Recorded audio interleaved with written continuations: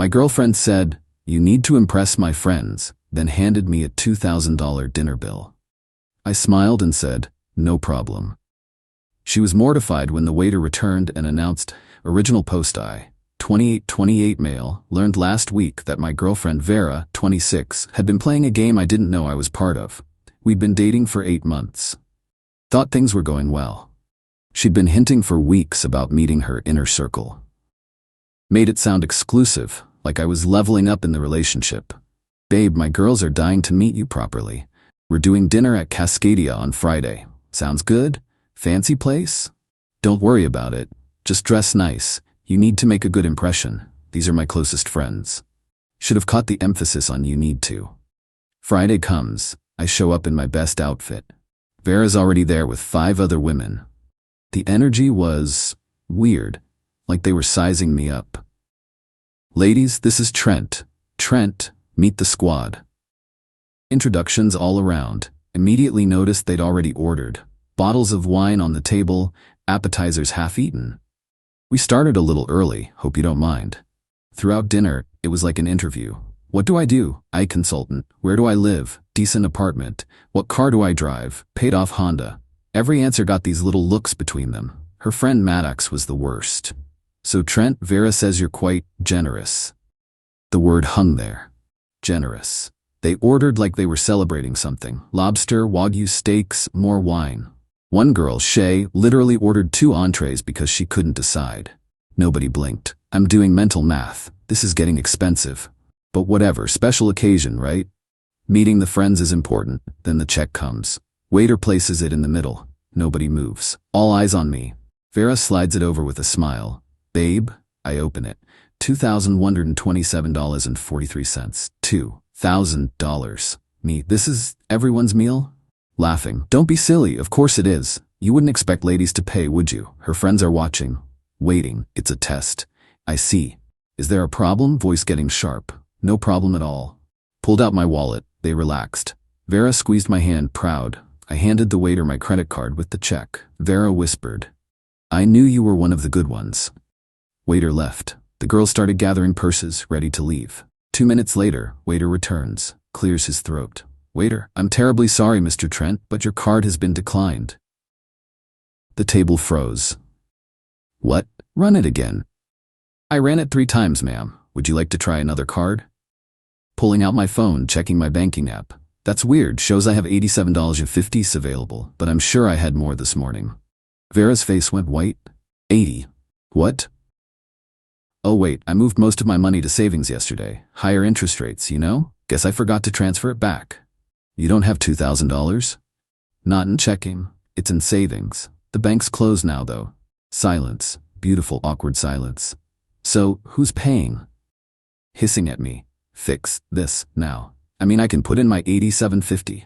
The waiter, professional as ever. "Perhaps the ladies would like to split the remainder? I can divide it 6 ways." The explosion was instant. "I don't have my wallet. I only brought my ID." Vera said this was covered. Vera stared at me with pure rage. Then the mask slipped. "Vera, you did this on purpose."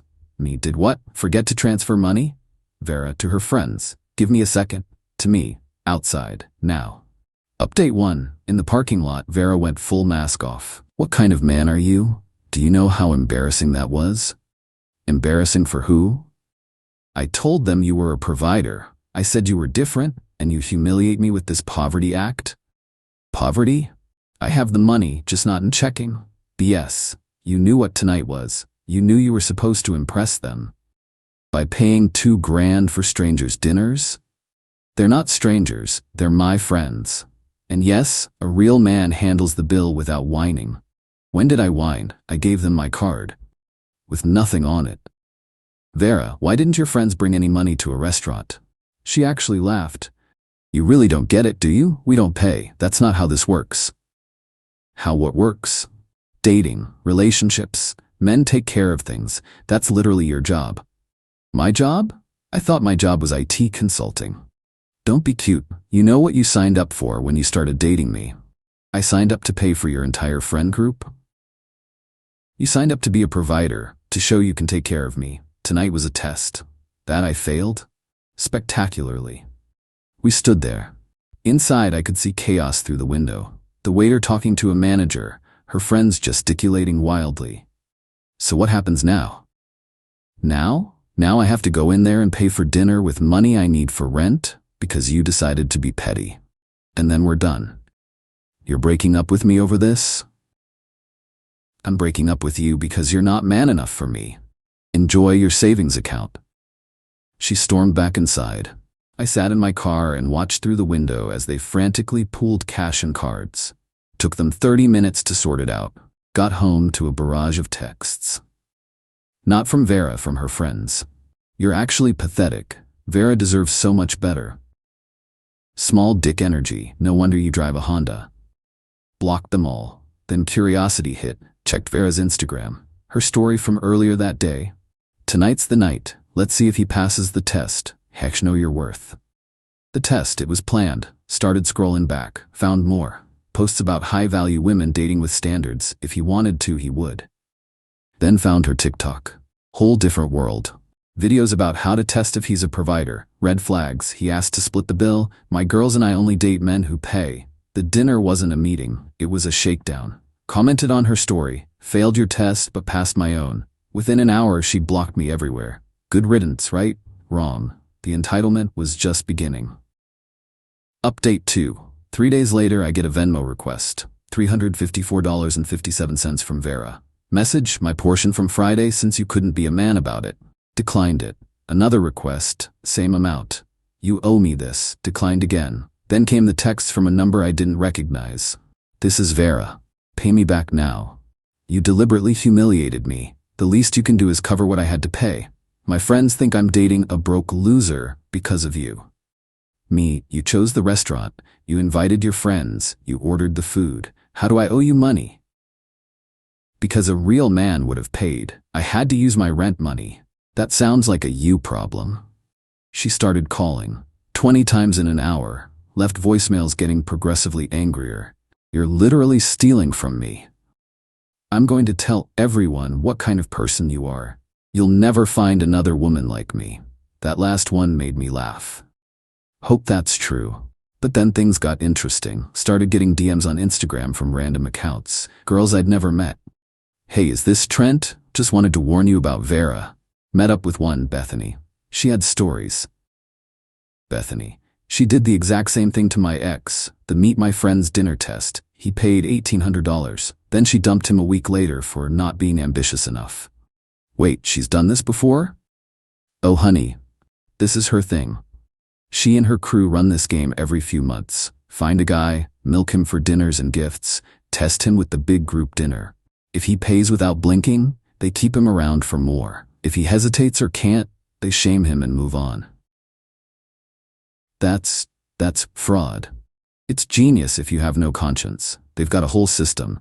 They even have a group chat where they share targets. She showed me screenshots, a WhatsApp group called City Girls Win. Messages like, found a new one? Software engineer, should be good for at least 5K before he catches on. Mine just bought the table at Skybar, 3K minimum, lol. Remember ladies, if he complains about money, he's not the one. Next. And there was my name, my photo, my job, my car, all shared before I'd even met the friends. Vera, this one seems promising. IT money but drives a Honda. Might be cheap or might be smart. Testing Friday. After the dinner, failed, had to pay my own way. Disgusting. Maddox, drop him sis, broke boys don't deserve you. Shay Honda should have been the red flag lol. But the best part? Bethany wasn't the only ex-girlfriend of a victim who'd noticed the pattern. There was a whole underground network of women warning each other about Vera's crew. They had a spreadsheet. 23 guys in the past 2 years. Total estimated take, over $50,000 in dinners, gifts, and loans. Me, this is insane. Why hasn't anyone reported them? Bethany, for what? Being gold diggers? That's not illegal, just gross. But Vera wasn't done with me. Since I wouldn't pay, she decided to escalate. Started getting calls from her brother Marco. Deep voice, aggressive. Marco, yo, you got my sister out here struggling because you wanted to play games. Your sister struggled because she spent rent money on Wagyu. Listen, just pay what you owe and we're good. I don't owe anything. That's not how she sees it, and I don't like seeing my sister upset. Then tell her to stop running dinner scams. Dinner scams? Bro, you tried to finesse a table full of women. That's the scam. I literally tried to pay, Marco, with a declined card. You think we're stupid?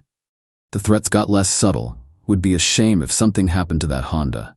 Your job know you're out here disrespecting women? That's when I decided to end this properly. Update 3. See, Vera made 2 mistakes. First, she put everything in writing. Second, she forgot I work in IT. Started with the evidence.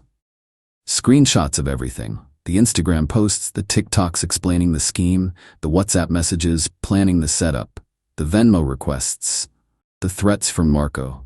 Then I did some digging. Marco wasn't her brother. He was her ex, Felix, still hung up on her and doing her dirty work.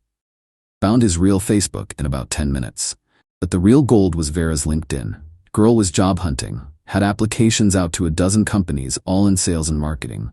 Relationship builder and strategic communicator all over her resume. I created a simple website, nothing fancy, datescamalert.com.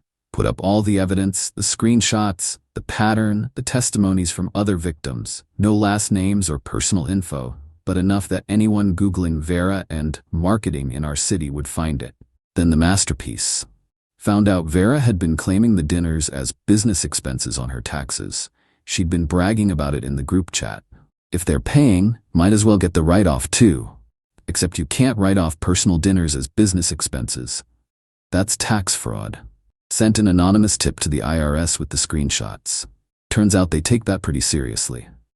But I wasn't done. Remember Cascadia, the restaurant? They had cameras. And a very interested manager when I explained what happened.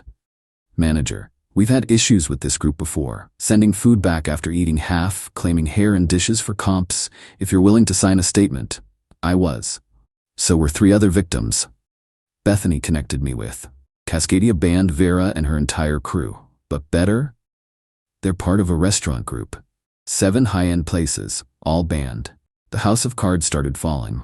First, the job search. Vera made it to final rounds at 2 companies before they decided to go in another direction. Weird how that happens when Date Scam Alert is the 3rd Google result for your name. Then the IRS came knocking. Turns out she owed about $3,000 in back taxes from her business meals, plus penalties, plus interest. But the best part was when her crew turned on each other. See, when the restaurant ban started hitting and the tax issues came up, they started blaming each other. Maddox posted in their group, "Who snitched?" Someone gave them our messages. Accusations flew. Paranoia set in. They started kicking members out, suspecting everyone. Vera blamed Shay for being too obvious. Shay blamed Vera for keeping records. The group imploded. Meanwhile, Marco Felix got spooked when I mentioned I'd traced his real identity. Stopped calling real quick. Final update. It's been 3 months now. The aftermath was chef's kiss, deeply satisfying. Vera's still unemployed. Hard to get hired when you're internet famous for running dinner scams. Last I heard, she moved back with her parents and was working at a mall kiosk selling phone cases. She tried rebranding online as a financial abuse survivor. Posted about how to weaponize poverty and manipulate with money. The comments weren't kind. Girl, you literally ran a dinner scam ring. Weaponizing poverty? You mean having a savings account? This you? Screenshots of her TikTok tutorials. The IRS hit her with a $4,200 bill after penalties. She had to sell her designer bags to pay it. Posted a crying video about persecution that became a meme in our local Facebook groups. Her crew scattered. Maddox tried to start her own version, but got exposed immediately. Someone had made a local date scammer warning Facebook group. 400 members now. Every time one of them tries the game, their photo goes up. Shay actually reached out to apologize, said she got caught up in the lifestyle and realized how messed up it was. She's in therapy now. Good for her, I guess. The restaurant started sharing notes. Turns out there were similar groups running the same scam. Now there's an informal blacklist among high-end places. They call it the test table list. As for me, I'm dating someone new. First date, she insisted on splitting the check. When I offered to pay, she said, "I've got my own money. I'm dating you, not your wallet."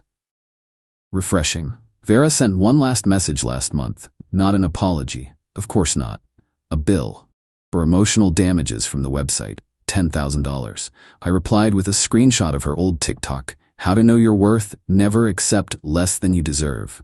She blocked me. Finally, the website's still up, gets about 100 visits a month. Occasionally get thank you messages from guys who Googled their date and found it. Best 87.50 sets I ever didn't spend. Looking back, the funniest part was how offended they were that I only had $87.50 in checking. Like having a savings account was somehow poverty. These women were living paycheck to scam check, borrowing rent money to keep up appearances, but I'm the broke one? The entitlement was unreal. They genuinely believed they deserved free meals just for existing, that men owed them luxury for the privilege of their company. And when reality hit, when they had to actually pay their own way, they called it abuse. But hey, at least Vera learned something. Last week someone spotted her at Applebee's, splitting the check. Growth.